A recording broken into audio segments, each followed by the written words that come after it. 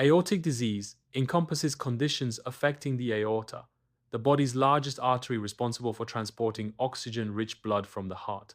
Aortic aneurysm involves a bulging of the aortic wall, while aortic dissection occurs when a tear in the inner layer allows blood to flow between the layers. Atherosclerosis involves plaque buildup, narrowing the vessel, while aortic valve disease affects the valve and strains the aorta. Risk factors for aortic disease include high blood pressure, high cholesterol, smoking, genetic conditions, and aging.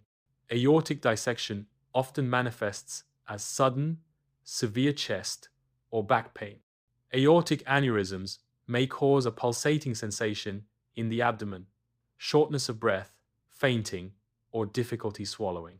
Medications are used to control blood pressure and reduce strain on the aorta in aortic disease treatment.